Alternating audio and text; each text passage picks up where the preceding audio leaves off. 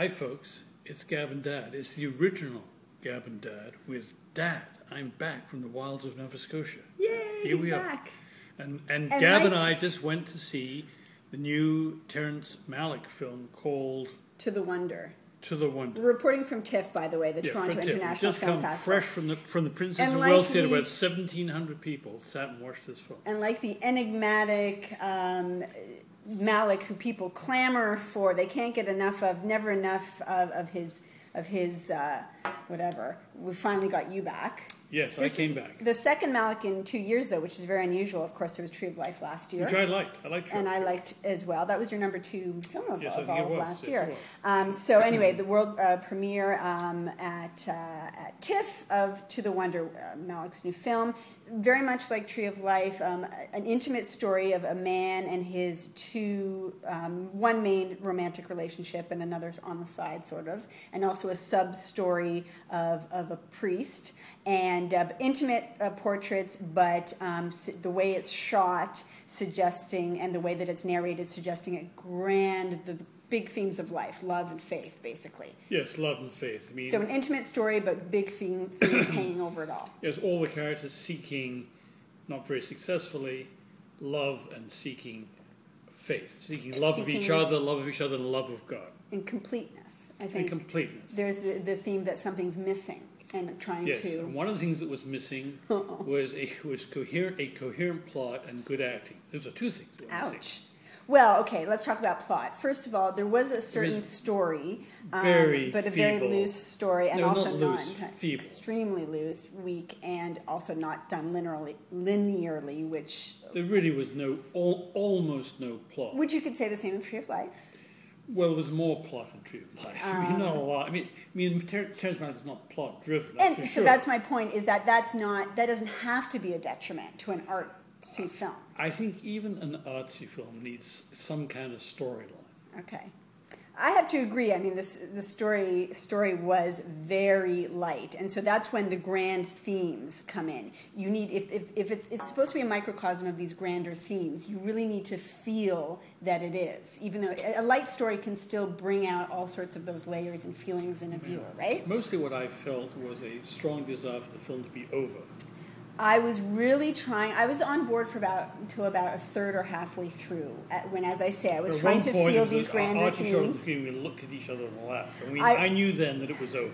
I was trying. I really was, because again, for Tree of Life, I did feel elevated to those, even though it was a small portrait. The artistic style of Mallick, and there were elements that did elevate me to feel those greater things. There was a kind of a daring and originality in Tree of Life. An artistic originality, yes. and it did, as I keep saying, it did bring those feelings in me. But yeah, about a third, halfway in, we looked at each other and we laughed. and I was just like, oh God. And then further in, I'm like, kill me now, like please. Every time a shot faded out, I prayed it was the end. That's right. But I said to you, And as soon as we got home, I had 3 questions about this film. One is, why was it always windy wherever they were? Why was it so windy everywhere? That's it's number a one. metaphor. Number 2 was, why did Ben Affleck and Javier Bardem, the 2 male leads, why did they walk so slowly all the time? And Ben, he's always walking around the house. I'm like, what is this, a Century 21 ad? Well, no, it's not Century 21. Because my third question is, why did the various houses they lived in, none of them had any furniture? Or appliances. Ben Affleck is really terrible in this movie. I mean, I think he's miscast. Well, he how was can he be miscast, though, in a role well, like that? he was terribly who would miscast. Be better? He was Maybe Javier Bardem would have been better in that role. I don't know. He's so wooden, and such an unlikely, in this film, unlikely kind of love object, which he is to some extent. You don't see any passion in him, but maybe that's the point. The totally female, the unconvincing. main female, Olga somebody, some Olga Kurotinka. is meanwhile like she's overdoing the passion. She's like lobbing on the passion was just over. A nut job. She's supposed to be represent sort of the nature, the id of love. And she dances a lot. She dances in fields. She dances in department stores. She dances in wind. You know, it's really... Oh, and I'd like to make a point while we're talking about the cast is, please note that Rachel McAdams actually has a very small role in this. The way it's sort of being marketed and the way the press about it is coming out is that she is the lead along with Ben Affleck. So I just want to warn people about that. I was waiting for Javier. The only thing that could have saved this movie is if Javier Bardem someone had pulled out that air gun, you know.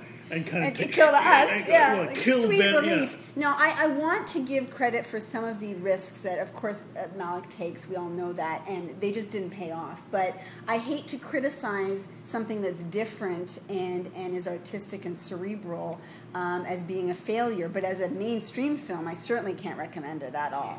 All right, I think we get down as a film fest film. It's a film fest film. That's for sure. We get down to the nitty gritty. How many I can't even get gaps? Gabs to a movie like this. I don't even know where to start. I'm struggling because there are some merits. How many gaps? At the end of the day, I could never watch this film again, and I wanted it to end, even though it has merits. So I'd have to say 3 1/4 gaps. 3 1/4 for a film you couldn't wait to end? No, because the first half I was on board and I was ready to be transported. It just didn't take me there. 2 dads. Oh, ouch! That's really. 2 dads. But it's very similar to Tree of Life, and you love Tree of Life. And the 2 dads are a gift. Why is it so much worse than Tree of Life?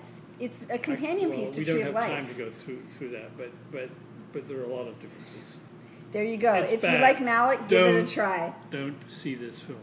Got it? Don't see this film.